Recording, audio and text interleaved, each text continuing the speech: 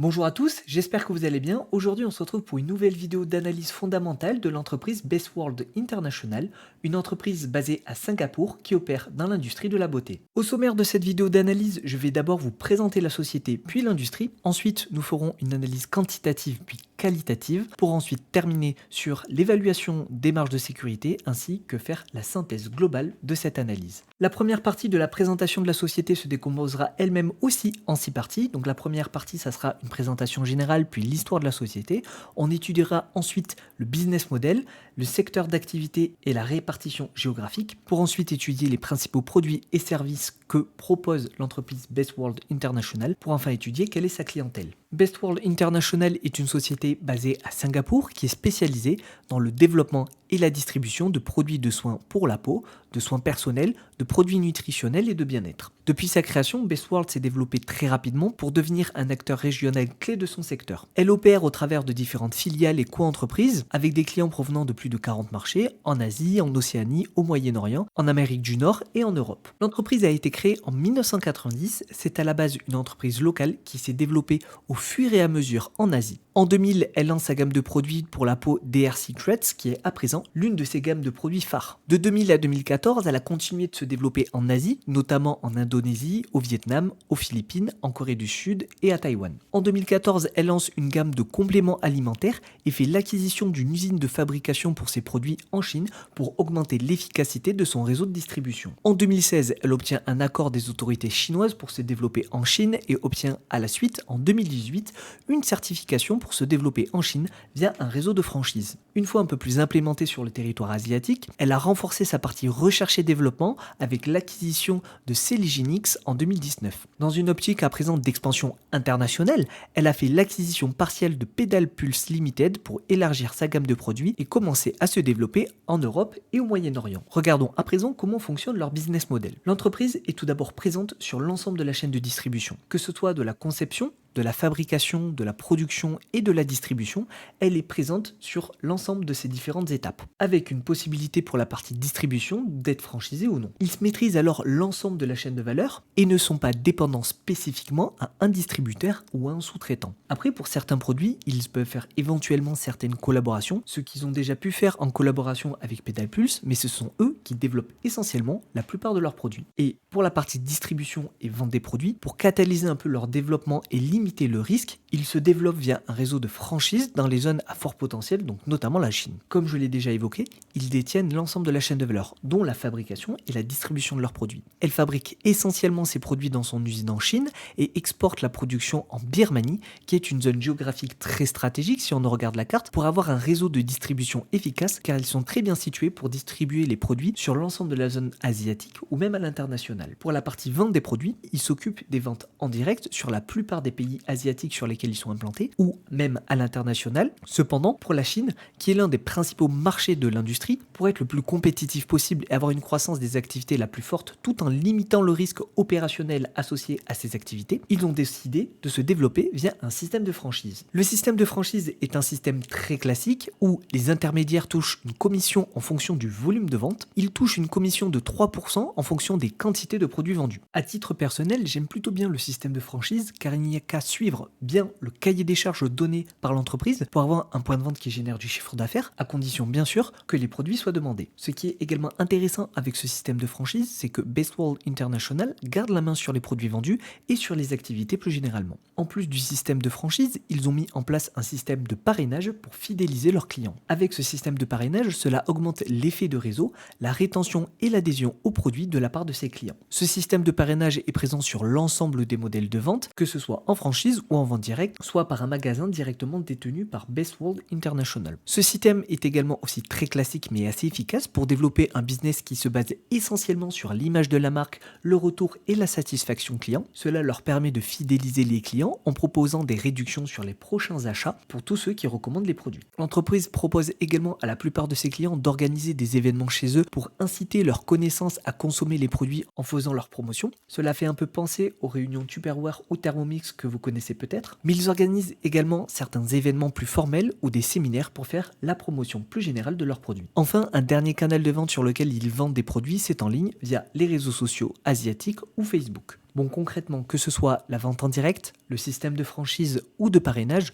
le business model est loin d'être révolutionnaire, mais c'est un business model qui fonctionne bien et nous étudierons ces points plus en détail lorsque nous verrons l'évolution des revenus de l'entreprise. Comme c'est une entreprise qui opère dans l'industrie de la beauté, skincare, etc., ils ont des marges relativement importantes avec des dépenses en marketing qui sont également très importantes, qui sont essentielles pour faire la promotion des produits et asseoir son image de marque. Concernant la répartition des activités dans le monde, voici la carte partagée par le groupe lors de sa dernière présentation investisseur. On constate que les points de vente sont essentiellement en Asie, où on a en Chine les systèmes de franchise, mais on a également des points de vente au Moyen-Orient, à Dubaï et à Londres, permis par leur filiale Pedal Pulse et la possibilité d'acheter des produits en ligne en Australie. Soit les activités sont relativement bien concentrées, d'autant plus que nous avons à Singapour le siège social et une usine de fabrication pour les crèmes. En Chine, nous avons la fabrication des compléments alimentaires et d'autres produits axés santé, et le centre de distribution est en Birmanie. Même si les activités essentielles de recherche, de fabrication et de distribution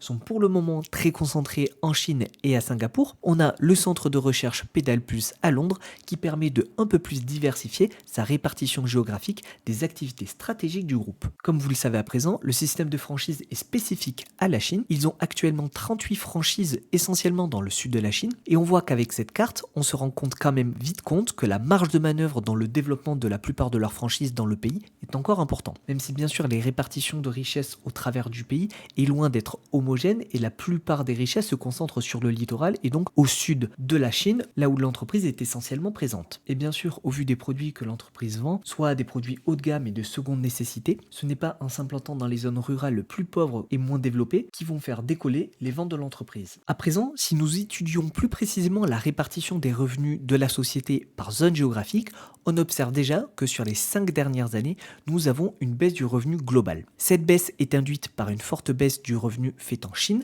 qui constitue une part très importante du revenu global du groupe. Nous avons également Taïwan qui représente une part importante des revenus. Ce qu'on observe d'un point de vue assez global, c'est qu'on est actuellement à des niveaux de revenus en Chine plus faibles qu'en 2020. Deux hypothèses à ce constat. Soit nous avons un ralentissement de l'économie globale de la Chine qui est beaucoup plus important que celui observé en 2020, soit les produits sont simplement moins demandés par le marché. Et c'est qu'il y a alors un désintérêt pour les produits de Best World International. Même si ces deux hypothèses sont intimement liées, puisque si l'économie chinoise ne bat pas fort, il y aura logiquement moins de demandes pour les produits de Best World International et on aura une sorte de simple désintérêt pour la plupart de leurs produits induits par une concurrence trop forte sur la zone. Cet aspect concurrentiel de ce marché sera vu en suivant pour savoir si c'est une problématique propre à l'entreprise ou à l'ensemble de l'industrie. À présent, si on étudie la répartition par type de vente, on observe le même phénomène avec un fort ralentissement de la vente par franchise, ce qui est logique puisque le système de franchise est propre au marché en Chine. On a également une proportion très faible du revenu qui est fait en ligne et l'essentiel des revenus se fait via les ventes en direct, soit directement en magasin. On constate avec cette répartition que les clients pour ce type de produit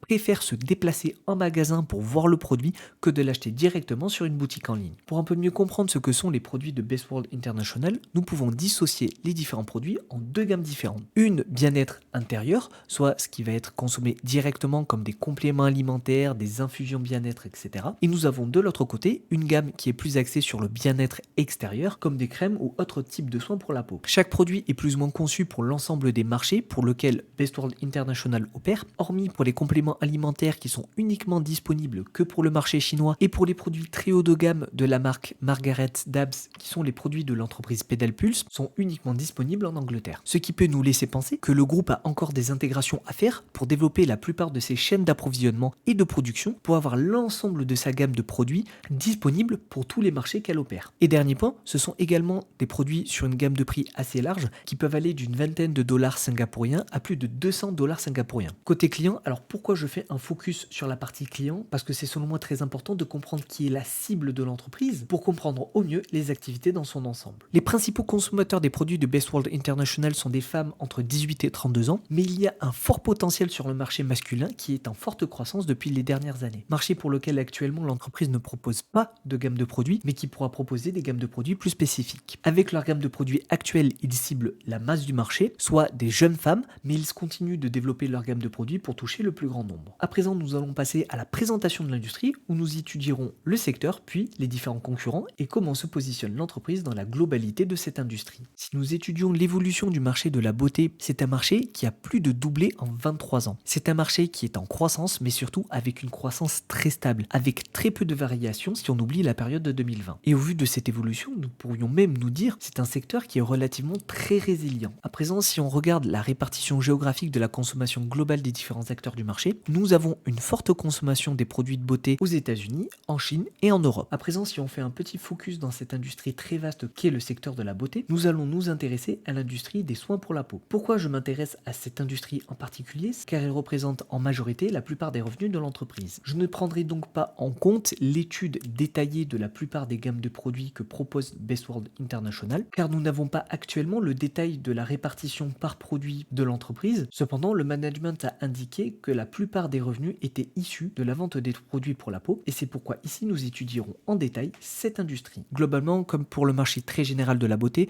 nous avons une forte progression et surtout assez linéaire avec peu de variations. Les projections des revenus globaux de l'industrie dans les prochaines années sont aussi sur la même tendance que celle observée sur les dernières années. En plus que ce marché des soins pour la peau soit en forte croissance, nous avons également un marché qui devient de plus en plus luxueux. Cette tendance de montée en gamme s'accentue d'autant plus sur les projections de 2024 et de 2025. Autre élément qui prend de plus en plus de place en plus de cet aspect de montée en gamme, soit de luxe, c'est également un secteur qui se digitalise de plus en plus, même si cette proportion est encore assez faible comparée aux ventes en direct en magasin, nous avons une légère progression des ventes en ligne. À présent, si on regarde l'évolution et les projections de cette industrie spécifique de la skincare, nous avons un marché estimé à 218 milliards de dollars en 2024 et qui devrait atteindre plus de 300 milliards de dollars en 2029. Nous aurons alors une croissance annualisée attendue de 7%. Cette croissance est appuyé par une croissance très importante sur les marchés émergents, notamment la Chine et l'Inde. Et plus précisément, si on étudie la croissance du marché de la cosmétique, nous avons une croissance attendue de 4,3% pour les prochaines années. Soit que ce soit pour l'industrie de la beauté en général ou la cosmétique plus spécifiquement, nous avons un marché en croissance et assez résilient si on observe les peu de variations dans les années passées. À présent, si on étudie les projections présentées par l'entreprise lors de ses présentations investisseurs, nous avons des estimations de croissance pour les revenus de l'industrie beaucoup plus optimistes et s'attendent à augmenter beaucoup plus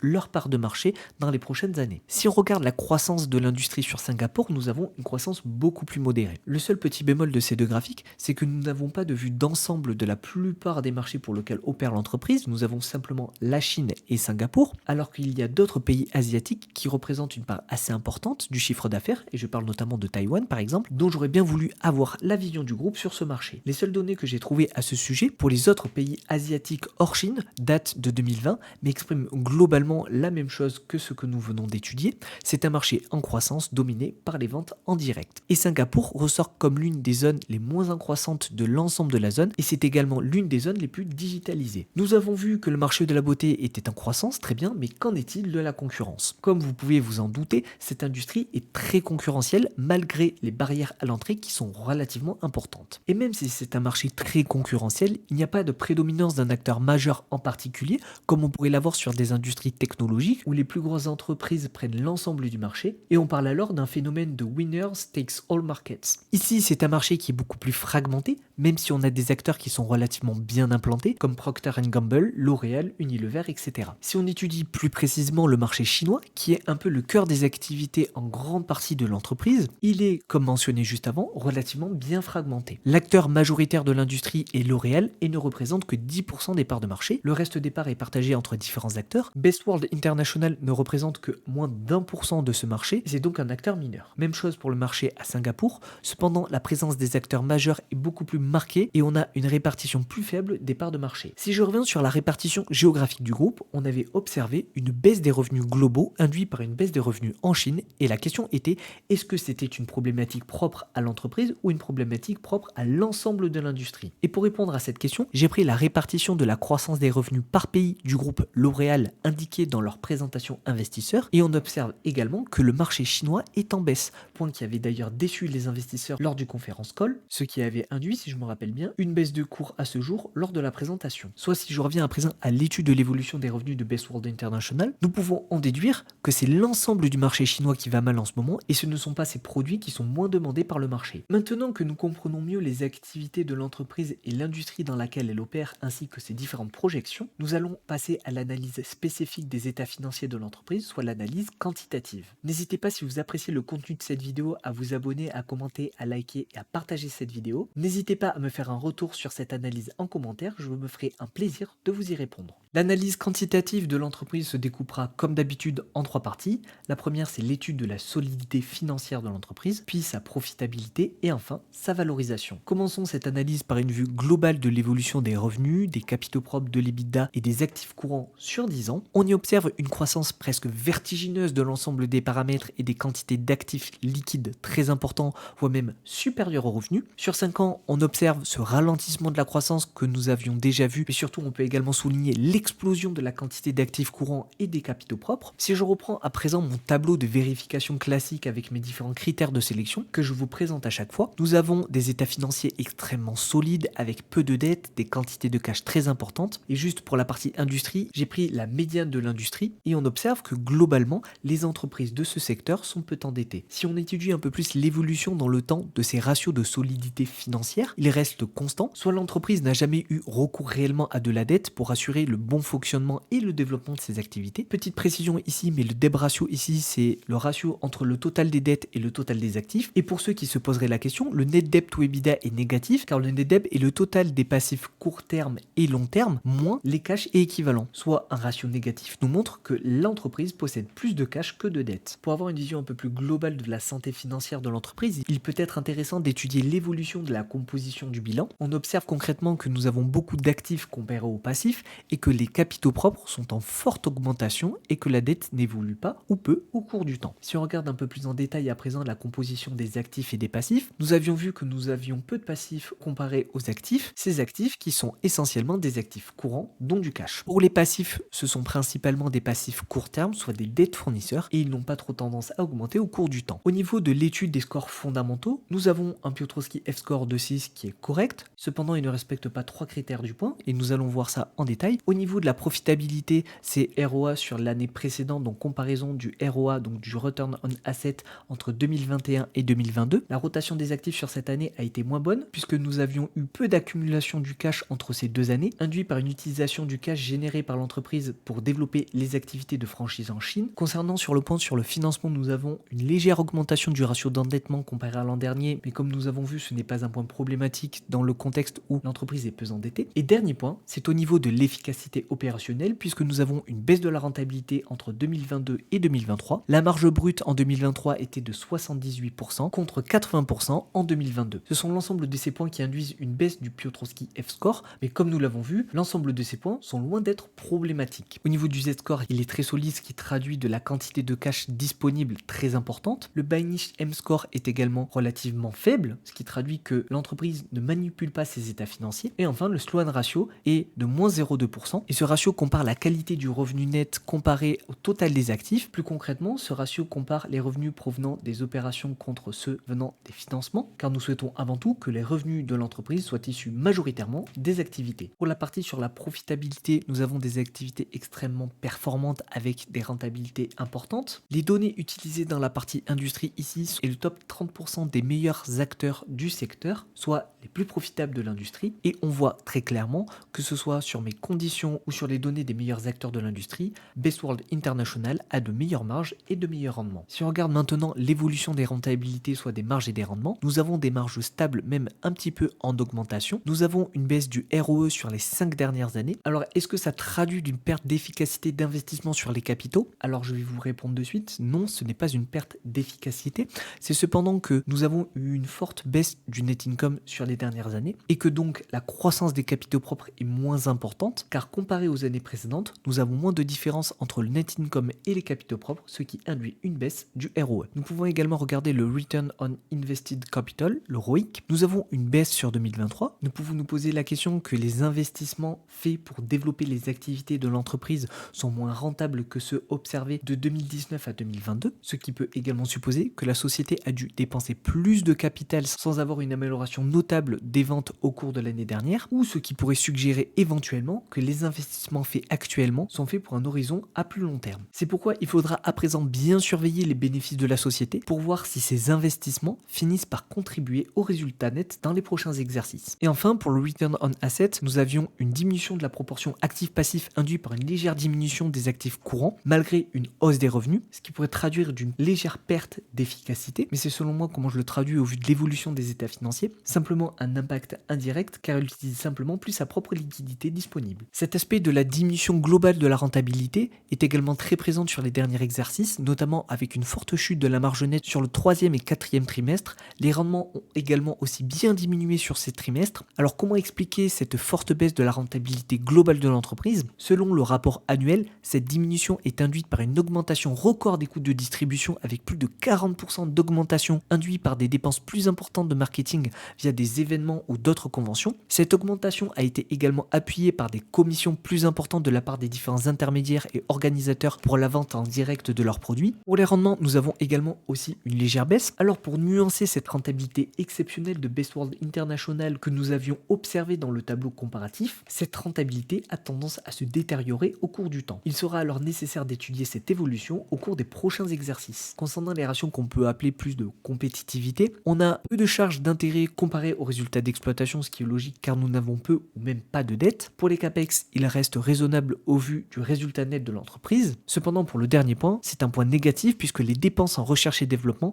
ne sont pas communiquées par le groupe. En effet, de ce que j'ai pu comprendre, les dépenses en recherche et développement se font via l'entreprise Celiginix. Vous vous rappelez, c'est l'acquisition faite en 2019 pour développer ses activités de recherche et développement pour les différentes gammes de produits. Et c'est pourquoi nous n'avons pas de visibilité sur les coûts de recherche et développement. Et à première vue, nous n'avons pas de coûts en recherche et développement, mais je ne pense pas que ce soit le cas, car c'est une industrie qui se doit de développer et d'innover constamment de nouveaux produits. Et comme nous n'avons pas de visibilité sur les différentes dépenses en recherche et développement, j'ai décidé de ne pas valider cette condition. D'un point de vue de l'évolution de ces différents ratios, nous avons une certaine maîtrise dans les dépenses en investissement. Cependant, je répète, j'aurais bien voulu avoir le chiffre et l'évolution des dépenses en recherche et développement pour savoir à quel point ils investissent pour améliorer ou développer de nouveaux produits. D'un point de vue valorisation, maintenant, nous avons des ratios extrêmement attractifs. Pour les données présentes dans la partie industrie, ce sont des données qui sont inférieures à 40% des entreprises les moins valorisées de ce secteur. Et si on va un peu plus loin dans cette partie valorisation, on voit que c'est très attractif. Mais si on va un peu plus loin dans la réflexion de la valorisation, comment on peut expliquer une valorisation aussi attractive pour un dossier qui semble aussi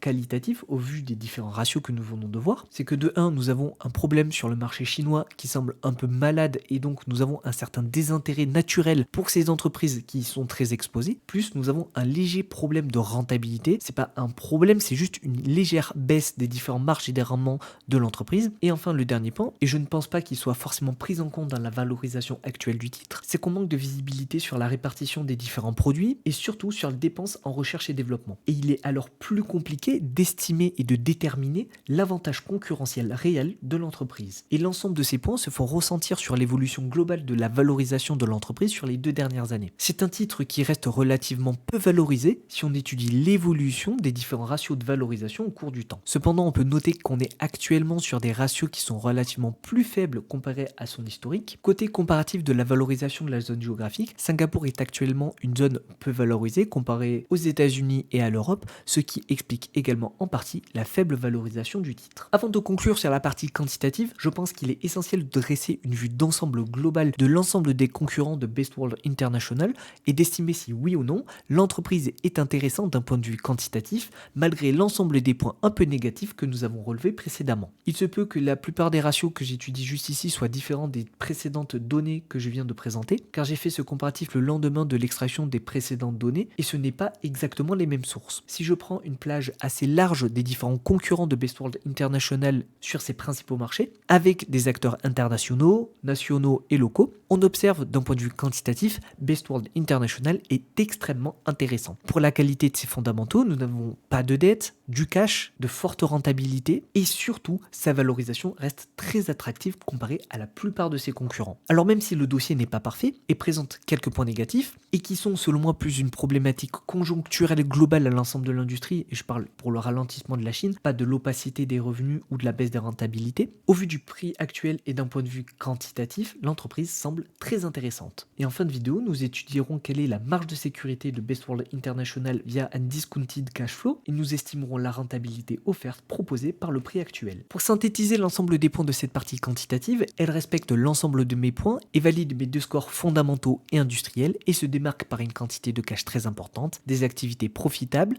et des réinvestissements qui restent rentables malgré leur récente baisse, ce qui pourrait expliquer en partie la faible valorisation du titre. Maintenant, passons à l'analyse qualitative qui se décomposera en 4 parties: l'étude de la stratégie de développement des activités, comment l'entreprise alloue son capital, comment est-elle gérée et comment se structure son capital, et enfin, comment gère-t-elle ses risques et quelles sont les mesures qu'elle met en place pour les maîtriser. Lorsque je parle de l'étude de la stratégie de développement, je parle de comment l'entreprise compte-t-elle développer ses activités dans le futur, soit par croissance organique avec une augmentation des ventes, ou inorganique par acquisition, ou une stratégie hybride avec un mixte des deux. Pour Best World International, le principal vecteur de croissance, c'est une croissance organique via le développement du réseau de franchise, en augmentant l'effet de réseau via les ambassadeurs de la marque, etc. Ses principaux challenges seront de moderniser et d'améliorer l'usine présente en Chine pour produire à la fois des produits de santé haut de gamme et des produits plus de masse pour le grand public, et surtout de les rendre disponibles dans l'ensemble des marchés sur lesquels elle est présente. Ils pourront également faire de nouvelles acquisitions, comme ils l'ont fait en 2020 avec Pedal Pulse, pour augmenter leurs différentes gammes de produits et étendre les activités à l'international. Concernant les projections et les croissances des ventes, on a vu qu'il y avait un fort ralentissement des ventes induit par la baisse de l'activité chinoise. Élément intéressant également qui avait été noté par le management, c'est que leur mode d'exploitation spécifique à la Chine est assez cyclique. En effet, nous avons un pic des revenus sur le 4e trimestre après les fêtes du Nouvel An chinois. Il a été également fortement appuyé que le relancement des activités en Chine était un réel challenge pour le groupe, mais qu'il reste relativement prudent au vu de la volatilité des différents marchés. Pour la partie de l'allocation du capital, elle se décomposera en 3 parties. La première partie est celle des buybacks, soit des rachats d'actions, et nous constatons que nous avons eu un rachat massif des titres en 2022 et on constate qu'il n'y a pas de dilution et que ces rachats d'actions sont peu réguliers. Ce rachat des titres en 2022, au vu de la valorisation du titre constatée dans la partie quantitative, est selon moi une preuve de la confiance du management dans les activités et démontre de la qualité en termes de gestion car elles se sont rachetées à un prix relativement faible. Sur 2024, aucune indication supplémentaire n'a été indiquée au vu des différents challenges et des potentielles difficultés que pourrait rencontrer le groupe. Ils sont actuellement plus sur une position conservatrice dans leur gestion et je ne pense pas qu'ils feront de futurs rachats aussi importants que sur 2022 pour les prochains exercices. Second point essentiel dans la partie allocation de capital, ce sont les acquisitions. Ils ont débuté en 2014 avec Origène pour développer leur gamme de produits de compléments alimentaires. Ils ont poursuivi en 2019 et en 2020 avec Celigenix et Margaret Dabbs. Et encore une fois, au vu des incertitudes du futur des activités du groupe, je ne pense pas que pour le moment ils feront d'autres nouvelles acquisitions. Cependant, je pense qu'ils consolideront leur position dans le groupe Margaret Dabbs sans prendre de risque de faire une nouvelle acquisition. Car en effet, en 2020, ils ont uniquement fait l'acquisition de 50% du groupe pour 25 millions de dollars singapouriens, soit environ 14 millions de livres sterling. Le reste du capital est partagé entre la fondatrice de la marque, qui est une podologue renommée, et Monsieur Richardson, qui est un investisseur dans des entreprises axées santé et biotechnologie. Le reste de ses parts sera racheté à 13,8 fois l'EBITDA du groupe, et je le rappelle que cette gamme est plus axée haut de gamme et propose des produits plus axés pour la peau, notamment les mains et les pieds, ce qui permet de diversifier sa gamme de produits, mais aussi permet de se diversifier géographiquement, puisque l'entreprise possède 9 cliniques au Royaume-Uni et 4 en dehors du Royaume-Uni, notamment en Espagne et au Moyen-Orient. Concernant le prix d'acquisition, si j'étudie un peu plus le prix d'acquisition pour estimer si le management a correctement acheté la boîte et me donner une idée de la compétence à faire des acquisitions stratégiques de la part du management, si je regarde le prix d'achat de 2020 au vu de l'EBITDA de Pedal Pulse, en prenant en compte le cash disponible, ils ont acheté 50% des parts de l'entreprise à 5 fois l'EBITDA, plus le cash, ce qui est très raisonnable. En 2022, s'ils font l'acquisition des 50% restants, bien que je ne pense pas qu'ils le feront, car je ne sais pas si les actionnaires actuels souhaiteront céder complètement leur part pour le moment, car ils souhaiteront peut-être davantage développer l'activité avant de vendre, on a 1,9 million de livres d'EBITDA et 2,6 millions de livres de cash. Et oui, le cash, si vous l'avez bien noté, a diminué entre 2020 et 2022, car il y a eu d'importants investissements sur 2021 dans des actifs tangibles, soit l'amélioration des centres de recherche par l'achat de nouvelles machines ou de nouvelles cliniques, etc. Cela nous donne une estimation du prix d'acquisition en partant du multiple de valorisation de 13,8 des 50% restants de l'entreprise de 62 millions de livres,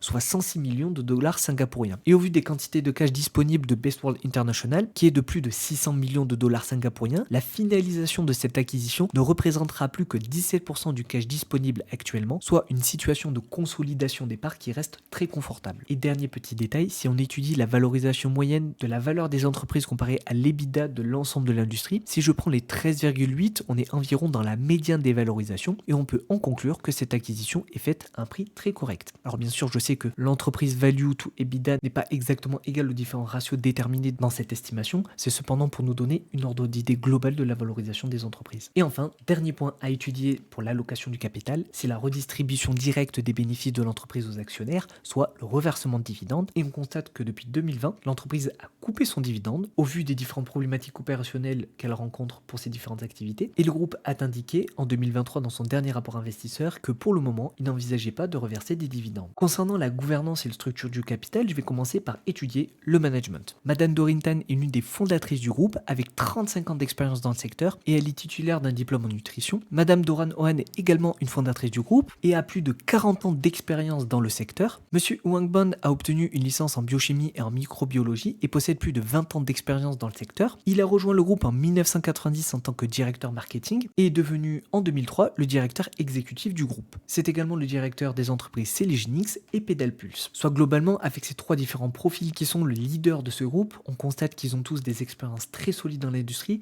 et surtout que ça fait très longtemps qu'ils sont dans l'entreprise. Ce qui est d'autant plus intéressant, c'est que ces trois personnes sont également skin in the game, soit ils sont présents majoritairement au capital de l'entreprise. Ils détiennent à eux trois en direct près de 20% du capital. Pour les 44,8% des parts détenues par l'entreprise D2 Investment, nous n'avons pas d'informations spécifiques concernant les propriétaires de l'entreprise. Cependant, de ce que j'ai pu lire des différents articles, même si ça n'est pas clairement indiqué, il se peut que le top management que je viens de vous présenter de Bestworld International soit également actionnaire de l'entreprise privée D2 Investment, soit nous aurions une représentation des initiés au capital de plus de 60%. Car en été 2023, nous avions eu d'importants rachats d'actions de la part des initiés de l'entreprise. Cependant, ce qui a augmenté, ce n'est pas la participation en direct du top management, mais ce sont les participations de l'entreprise privée D2 Investment. Même si on ne connaît pas exactement la répartition exacte des différentes personnes présentes au capital de D2 Investment, nous pouvons supposer, à partir de ces informations, que le top management détient bien plus de 60% du capital. Pour l'investisseur qui détient 5% des parts de l'entreprise, qui est Zhou Yuan,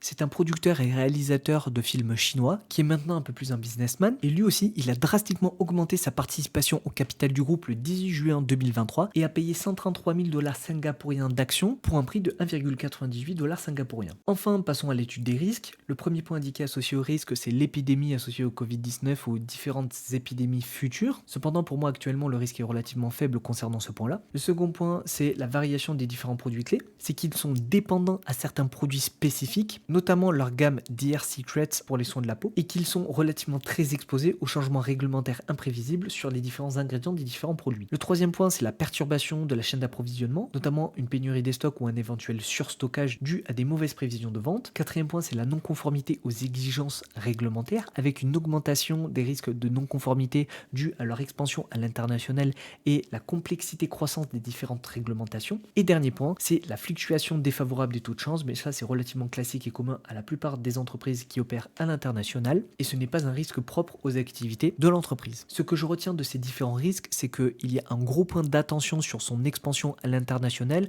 dû à ces opérations qui vont devenir de plus en plus complexes et notamment de la complexité associée au développement de ses activités en Chine. En 2020, elle avait déjà fait l'objet d'une enquête pour son modèle de commercialisation en Chine, soit de son système de franchise, de la part des autorités chinoises qui ont voulu en savoir plus sur la gestion de ses activités, mais c'était surtout aussi induit à la gestion de la crise du Covid-19, et de mon point de vue, ce type d'enquête était plus dans le cadre d'une vérification des pratiques de protection contre le virus qu'un réel check des activités. Et concernant à présent la gestion de ces risques, au niveau de l'épidémie et de la sécurité des personnels, donc voilà, il y a eu une adaptation des mesures de distanciation sociale à travers la vente en ligne, etc. Ils continuent d'investir dans les différentes infrastructures pour renforcer la protection de leurs employés. Donc ça, c'est relativement très générique comme réponse. D'un point de vue de la discontinuité des produits clés, il y a une réelle stratégie de diversification des produits et de collaboration des différents fournisseurs pour minimiser le risque associé à cette dépendance des différents produits. D'un point de vue de la perturbation des approvisionnements, ils mettent en place des révisions régulières au niveau de la prévision des ventes, des stocks, etc. pour vraiment réduire au maximum les différents risques qui pourraient arriver sur les différentes chaînes d'approvisionnement. Au niveau de la non-conformité des exigences réglementaires, ils sont d'autant plus regardants sur leur conformité conformité et collabore avec différents professionnels locaux pour étudier les différentes réglementations. Et enfin, pour éviter la fluctuation défavorable du taux de change, il se développe à l'international pour limiter l'exposition trop forte au dollar singapourien et également se couvre sur une partie de leur liquidité. Si on étudie à présent le tableau de validation des différents critères qualitatifs, nous avons un 6 sur 6 car nous avons des initiés qui sont majoritairement au capital avec peu d'institutionnels. Nous comprenons les activités, nous avons une possibilité d'augmenter ses prix, une marge nette supérieure à ses concurrents et une augmentation des parts de marché au cours du temps. Pour synthétiser la partie qualitative,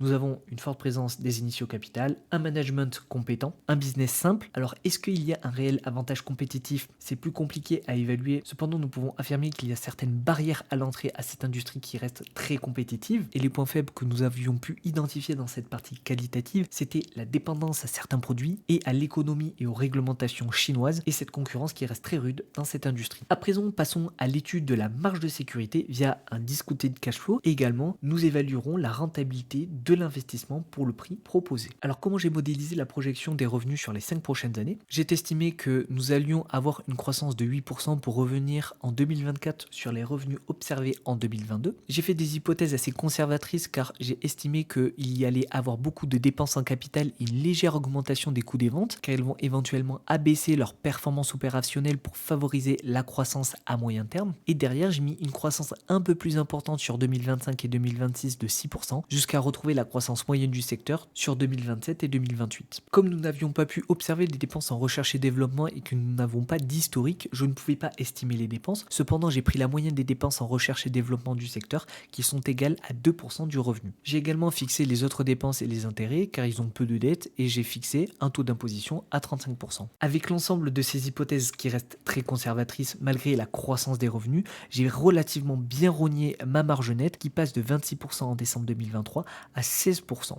Alors je ne sais pas si j'ai été trop conservateur, cependant, avec les différentes hypothèses et différentes justifications que je vous ai données, soit une légère reprise des activités qui vont coûter de plus en plus cher, qui seront d'autant plus coûteuses en marketing, on a quand même une forte baisse de la rentabilité. À présent, pour estimer le free cash flow projeté dans 5 ans et estimer la valeur terminale pour estimer la marge de sécurité, pour les dépréciations et amortissements, j'ai pris les dépréciations et amortissements de 2023 que j'apprécie de 10% chaque année car je pars du principe que les acquisitions de nouveaux actifs vont à leur tour se déprécier au fur et à mesure que le groupe se développe. Pour les capex, j'ai pris une moyenne en la majorant un peu car je pense que leurs activités de développement coûtera sûrement un peu plus cher à l'avenir. Et enfin, pour la valorisation nette du fonds de roulement, j'ai pris la valorisation moyenne sur les 5 dernières années. Et enfin, pour mes hypothèses d'actualisation et de croissance globale, j'ai pris un taux d'actualisation de 15% car j'estime que la reprise des activités en Chine est assez incertain et j'ai pris un taux de croissance assez neutre de 5% qui est environ égal à la moyenne du secteur. Si j'actualise alors le free cash flow futur de l'entreprise pour déterminer la valeur actuelle de l'entreprise, j'obtiens une valeur d'entreprise d'environ 612 millions auquel j'ajoute les dettes nettes, soit une dette négative de 330 millions de dollars singapouriens car comme on avait vu, les passifs étaient inférieurs à la quantité de cash disponible de l'entreprise, ce qui nous donne une valeur d'entreprise réelle en comptabilisant le cash de 942 millions de dollars singapouriens. Ce montant que je vais diviser par le nombre d'actions en circulation de 430 millions et je me retrouve avec une valeur intrinsèque de l'action à partir de mes différentes hypothèses que je vous ai évoquées de 2,19 dollars singapouriens, soit une marge de sécurité de 24%. Soit même avec une hypothèse très conservatrice sur la croissance de l'entreprise et des différentes dépenses associées, nous avons une confortable marge de sécurité. Et aussi petite précision, c'est qu'il n'y a pas de stock-based compensation, élément que je ne prends pas en compte ici dans mon calcul, qui aurait pu booster artificiellement mon résultat car il aurait dégradé la valorisation de mes free cash flow futurs. Si je fais une petite analyse de sensibilité pour un peu mieux estimer la valeur intrinsèque de l'action pour me donner plus ou moins une idée des différents impacts de mes hypothèses, si je fais un scénario plus négatif, soit avec un taux d'actualisation beaucoup plus important qui se traduit par une réelle incertitude de la reprise des activités et que j'accorde alors beaucoup plus d'importance à la valeur des revenus actuels générés donc dans le présent. J'ai pris pour cela traduire cette hypothèse et cette configuration un taux d'actualisation de 20%. En plus de ce scénario très pessimiste, donc de ce taux d'actualisation très important, j'estime également que la croissance long terme ne sera pas aussi bonne qu'attendue et je l'estime à 2%. Avec ces différentes hypothèses très pessimistes, on se retrouve avec une fair value de 1,64 dollars singapouriens et une surévaluation de 7%. Pour le scénario le plus optimiste, j'ai pris un taux d'actualisation valorisation plus faible de 12% et une croissance plus importante de 7% et j'obtiens une marge de sécurité de 93%. Soit concrètement avec cette petite analyse de sensibilité,